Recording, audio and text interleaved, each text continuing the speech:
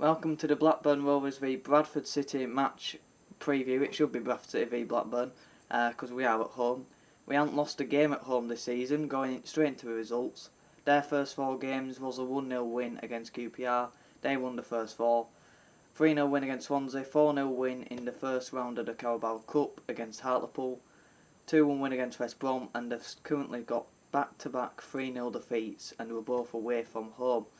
However, we have had a 0-0 draw to Donny, 3-2 defeat to Barrow in the last minute, 2-1 win against Hull in the first round of the Cup, Andy Cook with a double there, Newport 2-0, Colchester 1-0 and a 3-1 win to Hartlepool, which Andy Cook scored 2 goals again.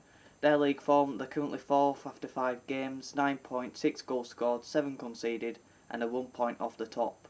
Top of the league is Sheffield United, who lost 3-0 to.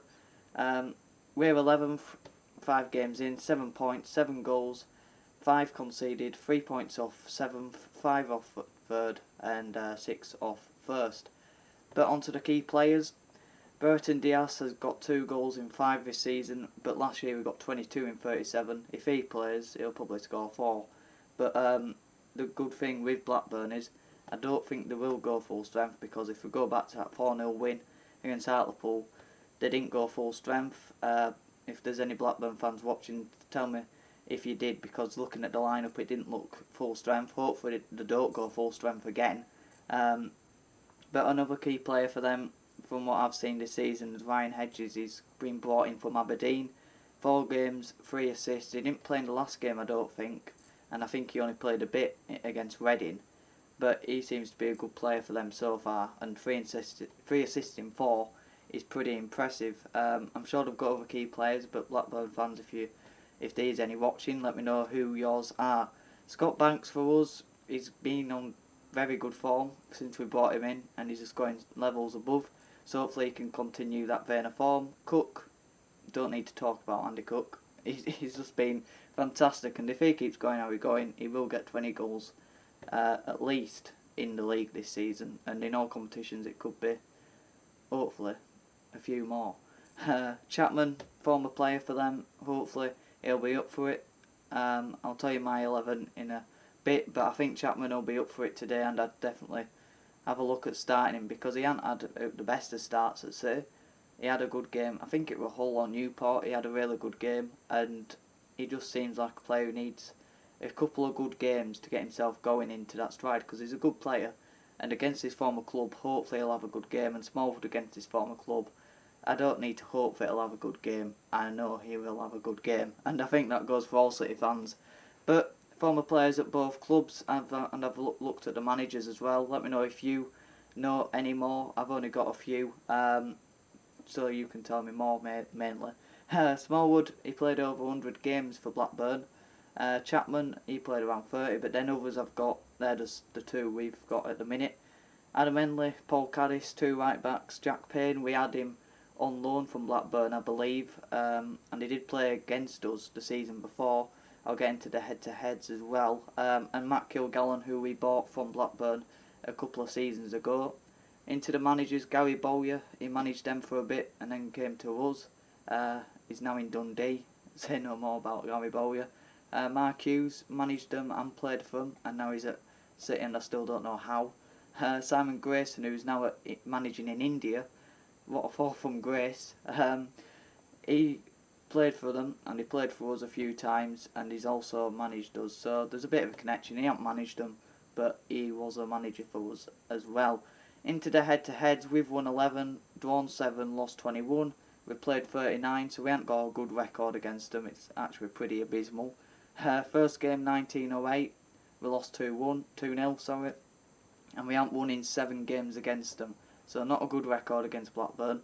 Last time we won was 1987, but there was quite a lengthy break since we played them. I think we played them in 1990 in the Championship, where it was then, and then there was a massive break until 2017.